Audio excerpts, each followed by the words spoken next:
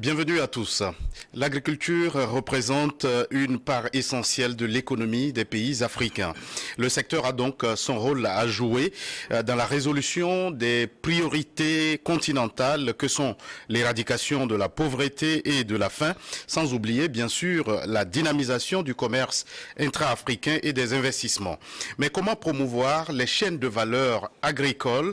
Les experts du domaine plaident pour de nouvelles approches. Nous en parlons sur ce plateau avec Lambert Nayanté. Vous êtes promoteur et entrepreneur agricole, directeur général de Calafisarl. Merci d'avoir répondu à notre invitation. Merci de m'avoir invité sur ce plateau pour une deuxième fois. Monsieur Nayanté, en quoi est-il important pour nos pays en Afrique de changer d'approche dans la promotion des chaînes de valeur agricoles? Je pense que dans nos pays, l'agriculture occupe 70% de la population active. Il est très important de pouvoir cerner les produits dont nous avons besoin pour le développement de ce secteur. Nous avons l'habitude de se concentrer sur les produits de rente, le cacao, le café, mais nous voyons que ces produits de rente n'amènent pas un développement consensuel dans le domaine agricole et n'arrive pas à réduire la pauvreté dans ce domaine. Donc, nous devons planifier la production des produits que nous avons besoin pour le développement du secteur de cette agriculture. Par exemple, la production du maïs que nous consommons le plus, la production du sorgho, du mil, ainsi de suite. Donc, je pense que des politiques centrées sur le développement accru des produits à forte valeur et alimentaire doit être la politique qu'il faut mettre en place.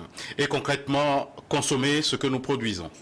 On l'a toujours dit, il faut que nous consommions ce que nous produisons et abondamment. C'est très important.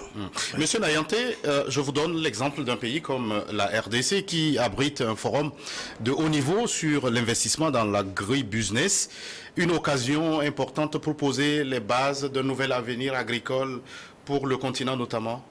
Effectivement, la RDC, à l'instar de tous nos pays africains, ont d'immenses étendues de terres arables. Ce pays dispose à peu près de 80 millions d'hectares de terres arables.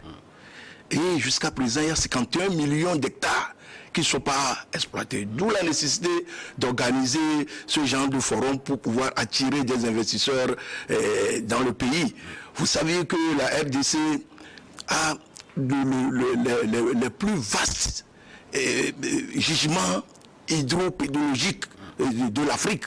Et la production agricole ne suit pas. Nous avons l'expérience au Togo de produire au moins quand même le maïs et d'avoir quand même des rendements qui ne sont pas, qui sont quand même acceptables. Mais ce pays demande aussi l'expertise des autres pays, d'où la nécessité d'aller. On nous a invités, je conduis une délégation pour aller à cette table ronde pour jeter les bases d'une agriculture de précision dans ce pays vaste, immense, avec des potentialités exponentielles. Alors concrètement, M. Nayanté, quelles réformes structurantes pour stimuler l'investissement et dynamiser l'agribusiness? Nous avons l'habitude de le dire que pour dynamiser l'agribusiness, il faut professionnaliser le secteur. Vous ne pouvez pas imaginer que 70% de la population qui vivent de ce secteur n'arrive pas à nourrir les 30% qui sont là, parce que c'est obsolète. La production agricole est obsolète. Les récoltes ne suivent pas. Les technologies modernes ne sont pas utilisées. Aujourd'hui, pour produire mieux, il faut vraiment structurer, professionnaliser, afin de créer des nouvelles classes d'agriculteurs. Nous appelons les agriculteurs du salon en Europe. Des gens qui sont dans leur salon et ils regardent par la fenêtre leur champ où les machines sont en train de travailler. Donc voilà, de labourer. Il faut structurer la production agricole. Vous pensez que l'Afrique peut aller vers ce type d'agriculture? Pourquoi pas? Pourquoi pas? Il s'agit de drainer des financements réfléchis et surtout faire une mécanisation réfléchie. dans ce domaine pour pouvoir booster la production agricole dans nos pays. Et quand on parle de la redynamisation du secteur agricole, on regarde parfois à tort le pouvoir public. Alors ma question, c'est comment attirer l'engagement du secteur privé tant national qu'international à revigorer ce secteur? Bon, les gens se concentrent le plus souvent sur le secteur agricole comme un secteur qui doit être pourvoyeur d'emplois. Pour ce faire, ils demandent quand même l'appui des pouvoirs publics. Parce que les politiques agricoles sont menées par nos États, par le gouvernement. Et ces politiques agricoles doivent être plutôt centrées sur la coopération entre les opérateurs économiques et tous les maillons qui sont dans ce domaine. Il ne s'agit pas d'élaborer des politiques agricoles qui seront plaquées sur le terrain où il y a des différenciations de réalité. Vous avez une politique agricole que vous calquez sur un papier, mais dans la pratique, c'est autre chose. Donc, il faut associer tous les maillons. Ça veut dire les producteurs agricoles, que j'avais l'habitude de le dire, les opérateurs économiques dans le secteur, et aussi les banques, les institutions. C'est là la clé du succès du domaine, dans le domaine agricole aujourd'hui en Afrique. Alors, vous, acteurs du secteur privé, êtes-vous suffisamment mis à contribution? Malheureusement, non. Nous ne sommes pas suffisamment mis à contribution. Je vous dis, il y a vous imaginez le financement de l'agriculture. Je parle du financement de l'agriculture ne peut pas se faire comme un financement classique. Vous êtes opérateur économique, vous importez des engrais en attendant des secteurs, un moment donné pour pouvoir les commercialiser. Au même moment, il y a des subventions qui arrivent dans ce même secteur. Comment vous pouvez évoluer?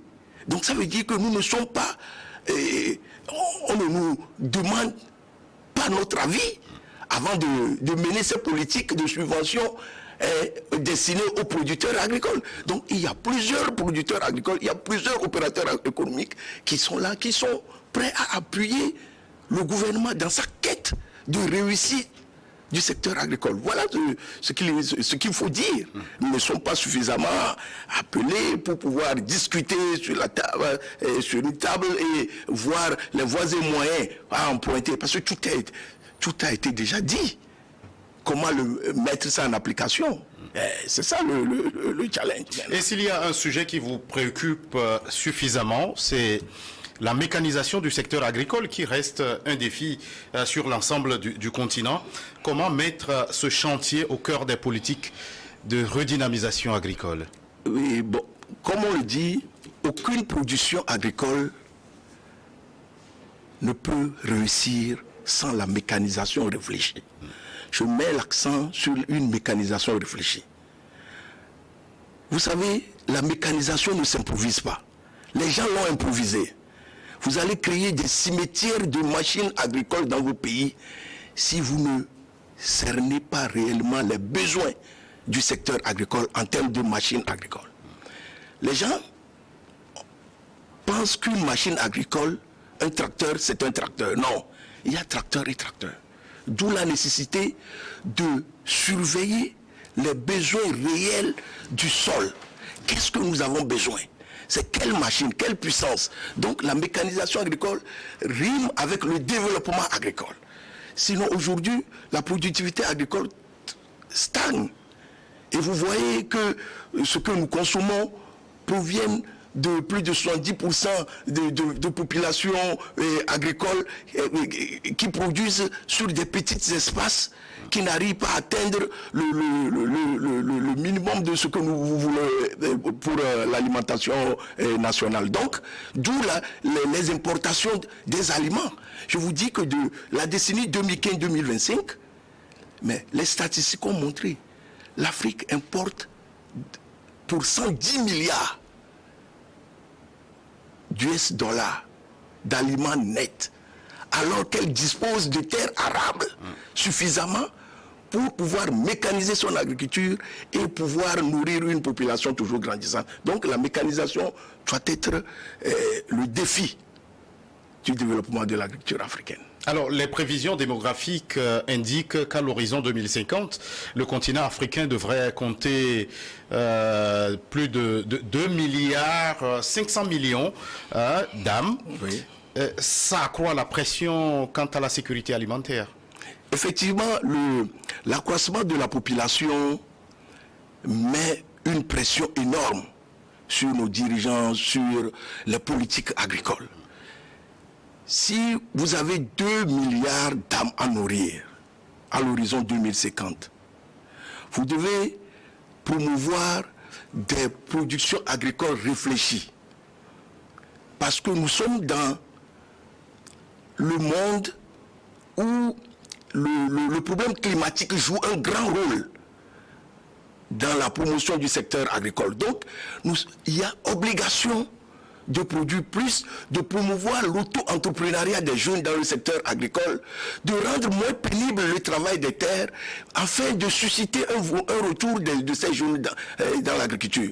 Quand ils seront dans l'agriculture, on peut les former. La professionnalisation du secteur et le financement des chaînes de valeur agricole qui puissent nourrir cette population toujours grandissante. Sinon, de 110 milliards, nous allons aller à 300 milliards d'importation d'aliments nets pour nourrir une population toujours grandissante. Et dans un contexte de dérèglement climatique, puisque vous l'évoquez, quelle approche pour une agriculture durable et résiliente? Le climat, le dérèglement climatique vient aussi impacter le secteur de l'agriculture d'une manière négative. Ce qu'il faut faire, il faut l'utilisation aujourd'hui des nouvelles technologies, des prévisions. Aujourd'hui, on peut prévoir, avec l'utilisation des nouvelles technologies, on peut prévoir le climat, quand est-ce qu'il va pleuvoir, ainsi de suite. Et il faut aussi mettre l'accent sur des cultures de contre-saison. On a toujours dit, les cultures qui sont plus pérennes, qui s'adaptent au moins à nos climats. Donc, ce n'est pas la peine d'essayer. Les gens sont en train d'essayer le blé. Je ne sais pas pourquoi ils veulent essayer le blé. Nous avons le mil qu'on a délaissé. Nous avons le sorgho qui résiste mieux au dérèglement climatique.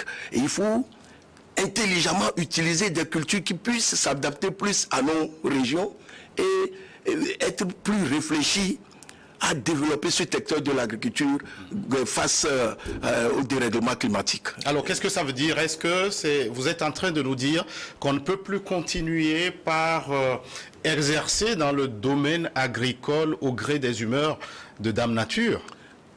Effectivement, nous savons que dans nos pays, l'agriculture est purement pluviale. On attend qu'il pleuve pour aller semer. Ce n'est pas possible. C'est la raison pour laquelle il faut faire la maîtrise de l'eau. L'irrigation? L'irrigation, toujours réfléchie. L'irrigation, il ne faut pas aller créer des barrages là où on n'a pas besoin de barrages. Il faut les créer dans les endroits où nous avions besoin de faire des cultures de contre-saison pérennes. Voilà ce que nous devons faire. Si nous attendons toujours la pluie, nous attendons toujours que Dame Nature nous donne sa bénédiction avant de produire, nous risquons d'accroître les crises alimentaires, la malnutrition et la suite, les jeunes qui vont délaisser les champs et prendre la route de la mer en voulant chercher mieux ailleurs. Donc, voilà. Alors, nous parlons de ces aléas climatiques. Il y a bien d'autres facteurs qui entravent le développement de ce secteur agricole. Est-ce qu'on peut parler de la nécessité d'aller vers une assurance agricole dans nos États, parce que l'agriculture est un secteur, on peut le dire, aléatoire? Effectivement, l'assurance agricole doit être la clé du succès de l'agriculture en Afrique. On estime à moins de 2% l'assurance dans le domaine agricole. Alors que l'assurance agricole fait partie des maillons du développement du secteur agricole. Contre les risques de productivité, les risques liés au climat, les risques liés à la sécheresse et puis à d'autres aléas, il faut promouvoir l'assurance agricole, inciter les producteurs agricoles à se professionnaliser. En se professionnalisant, on peut inciter ces producteurs à une assurance agricole. Et ça permet de limiter les risques qui pèsent sur les producteurs agricoles en fin de campagne. S'il y a des dégâts, ils peuvent avoir une partie de leurs produits qui sont, anéantis par les produits qui sont anéantis par le dérèglement climatique, par ces assurances. Donc il faut aussi que ces assurances aussi, ces assureurs se conforment aussi aux dons de la nouvelle technologie, parce qu'ils sont plus de 400 assurances aujourd'hui en Afrique qui font ces gens dans l'agriculture. Donc il faut vraiment qu'ils se conforment aussi aux nouvelles technologies et savoir quand est-ce que je peux assurer un agriculteur pour ne pas qu'il fasse aussi des pertes. Mais toujours est-il qu'il faut une promotion de l'assurance agricole au niveau des producteurs. Et comment favoriser une collaboration multi-acteurs au niveau du secteur agricole pour une agriculture face au dérèglement climatique, une agriculture climato-intelligente? Oui, mais vous savez, l'agriculture ne doit pas être seulement que l'apanage du gouvernement. Il faut associer tous les acteurs afin d'atteindre le summum d'une agriculture climato-intelligente. Vous savez ce que l'Union européenne a voté récemment? Toutes les productions agricoles issues des espaces déboisés avant 2010 ne seront plus acceptés. Les produits issus de ces terres déboisées ne seront plus acceptés dans l'Union européenne. Donc ça veut dire qu'à partir de 2010, c'est bon, mais de 2010 jusqu'à l'heure actuelle, ils estiment que la production du café, du cacao, du soja bio et de la viande d'huile de palme proviennent du déboisement des espaces et qui ne sont plus éligibles. Ces produits ne seront plus éligibles dans l'Union européenne. D'où la nécessité de penser à des systèmes de contre-saison dont je vous parle pour être plus intelligents à cerner le marché des productions agricoles. Donc voilà ce que moi je peux dire. Alors très rapidement, Monsieur Lambert Nayanté, si vous aviez un mot de la fin, à qui l'adresseriez-vous? Très rapidement, en quelques secondes. Non, bon. Vous savez, l'Afrique, on a toujours dit que l'Afrique est le berceau de l'humanité. Cette Afrique qui détient des millions, 60% des terres arables, doit pouvoir être aussi le berceau de l'alimentation. Ce qui veut dire qu'il faut des politiques rationnelles, réfléchies et cohérentes pour pouvoir développer ce secteur. Faire en sorte que l'Afrique soit aussi le grenier du monde. Merci d'être passé sur ce plateau, Monsieur Lambert Nayanté. Merci. Merci à vous qui êtes restés en notre compagnie. À très vite pour un autre numéro de votre émission Focus.